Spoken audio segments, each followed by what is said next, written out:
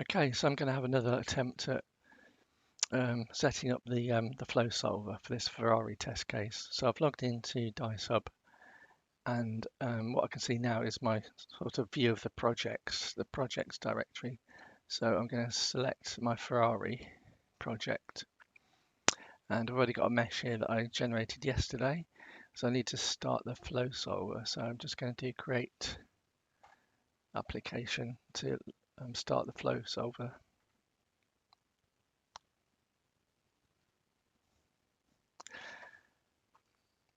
So these are on the left, I'm going to work through these ones to set up the case. So I'll start with mesh import.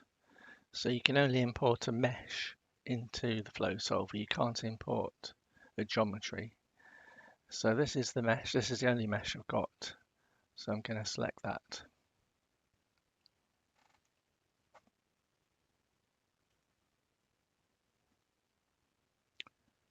So it takes a few seconds while it downloads the mesh. So it's just loading the boundary mesh at the moment.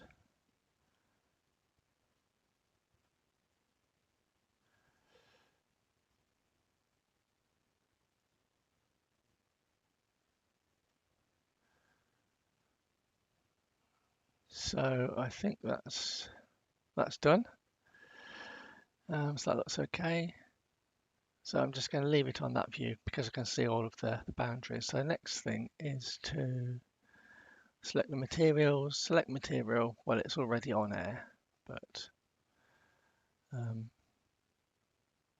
you can select which one you want there. Turbulence, I'm going to select K epsilon. Boundary conditions, this is probably the most fiddly part because you just need to go through these one by one and make sure they're set to the right boundaries. So when I click on one of these, it should highlight the boundary so you can see which one you're looking at. So the names might not be correct, so you might need to rename these, but I'm just going to select a symmetry for the back. The front one, that looks like the lower wall, so I can select, I can leave that. I can select wall for that one. The inlet, that is a patch, so I'll come back to that in a minute. The lower wall is actually the back wall, so I want that as a symmetry. The outlet, that is the outlet boundary, so that stays as patch. Patch 0, that's the car surface, so that's a wall. And then the upper wall, that looks more like the front wall, but I can select that to symmetry. So now I just need to set the inlet conditions. So you need to be a bit careful with this.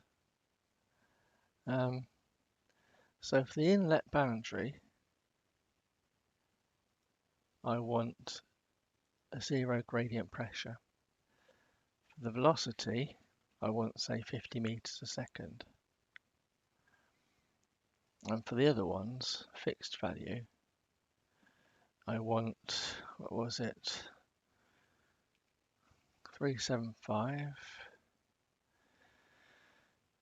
epsilon 0.295, ut, you can just set that as calculated. But I've got 0.042.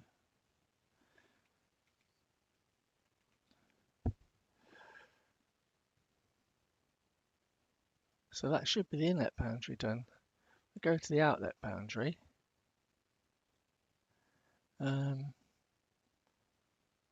The outlet, I just want to specify a fixed value for the pressure.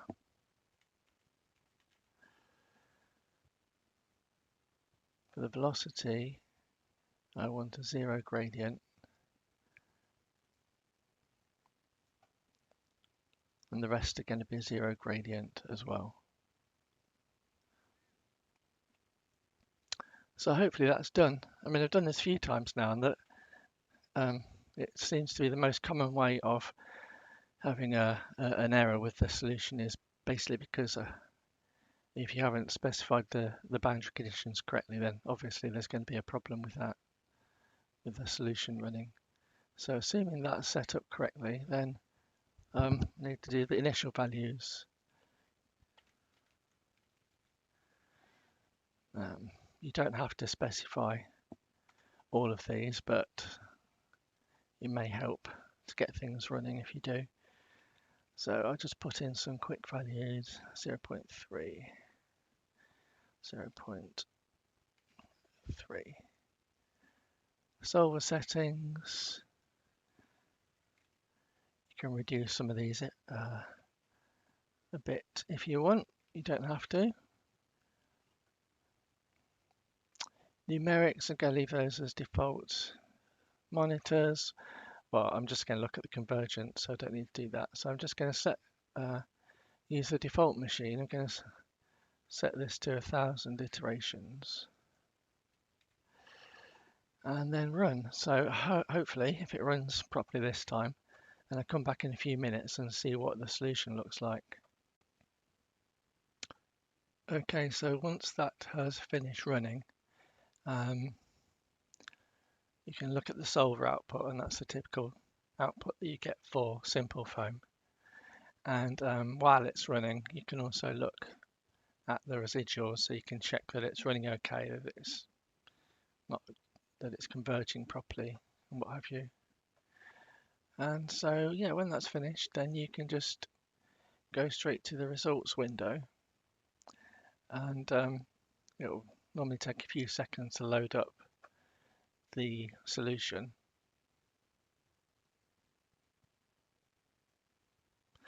Okay, the results already exist, so this is what I've set up a few minutes ago.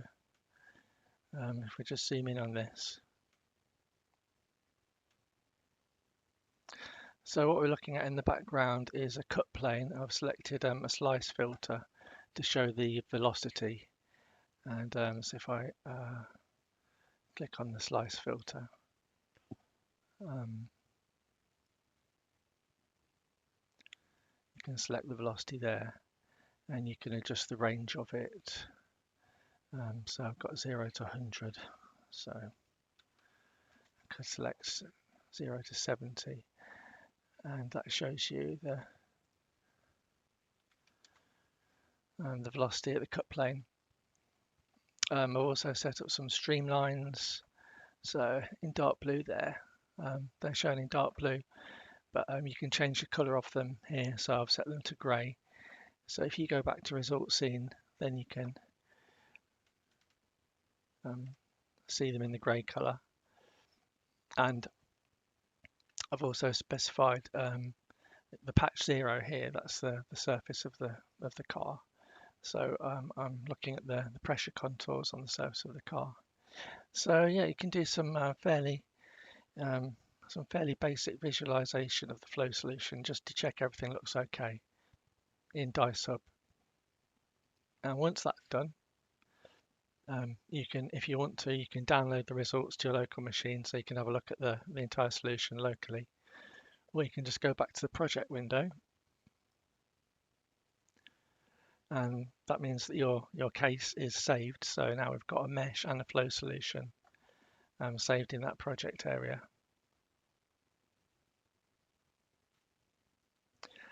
So there it is. So I mean, you can go back to the mesh or the flow solution and modify anything if you want to, and rerun it.